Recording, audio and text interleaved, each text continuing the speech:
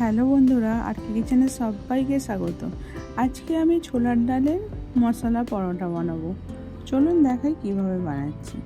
এখানে আমি 1 কাপ আটা নিয়েছি আর 3 চামচ ময়দা,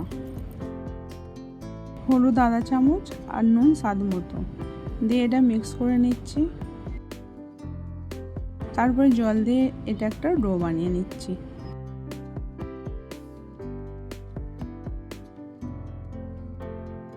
ডোটা বানানোর পরেতে একটু তেল দিয়ে 1 চামচের মতন এটা চাপা দিয়ে 20 মিনিট রেখে দিচ্ছি। তারপরেতে ছোলার ডাল নিয়েছি 100 গ্রাম, এটাকে 2 ঘন্টা ভিজিয়ে রেখে এটাকে সেদ্ধ করে নিয়ে এলাম। এটা নুন কিছু দেওয়া নেই, এমনি সেদ্ধ করা। তারপর একটা মশলা বানাচ্ছি, জায়ফল, ছোট এলাচ আর মৌরিকে একটু ভেজে নিলাম, নিয়ে এটা গুঁড়িয়ে নিয়ে এলো, নিয়ে একটা বাটিতে ঢেলে নিচ্ছি। তারপরেতে গুড় নিয়েছি 100 গ্রাম,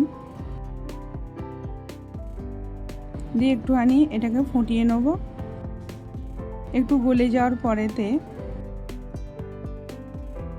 তারপরেতে সেদ্ধ ডালটা দিয়ে ভালো করে এটাকে মিক্স করে নিচ্ছি।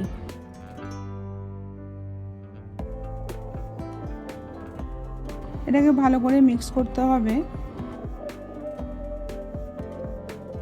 তারপরেতে ভাজা মশলাটা 1 চামচ দিয়ে ভালো করে মিক্স করে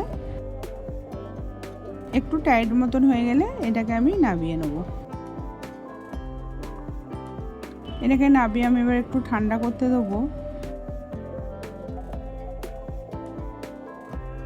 তারপরেতে আরও একটু ভাজা মশলা দিয়ে এটাকে একটু মিক্স করে নিয়ে ঠান্ডা করতে দিচ্ছি।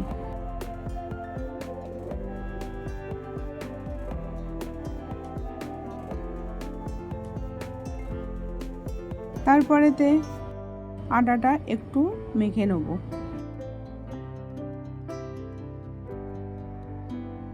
লেচিটা কেটে নিচ্ছি।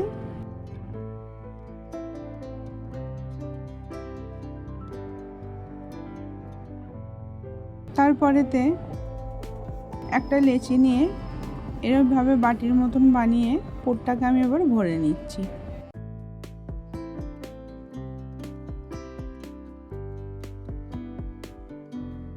একটু বেশি করে পুরটা দিলেই পরোটাটা খেতেও ভালো হবে।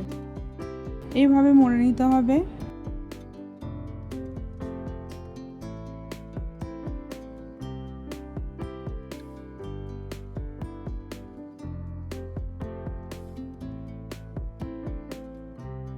ভালো করে মুড়ে নেওয়ার পরেতে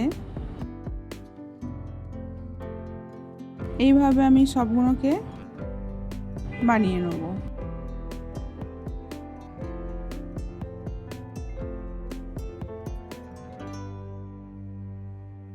এইভাবে বানিয়ে নিচ্ছি।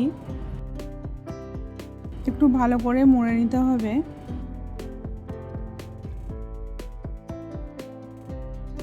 তারপরেতে একটু আটা লাগিয়ে এটা রুটির মতন বেলে নিতে হবে।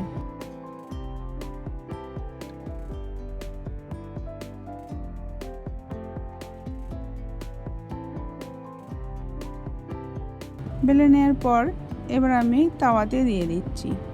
একটু উল্টে পাল্টে ভেজে নিতে হবে আগে, তারপর ঘি দিয়ে একটু গোল্ডেন ব্রাউন করে ভেজে নিতে হবে।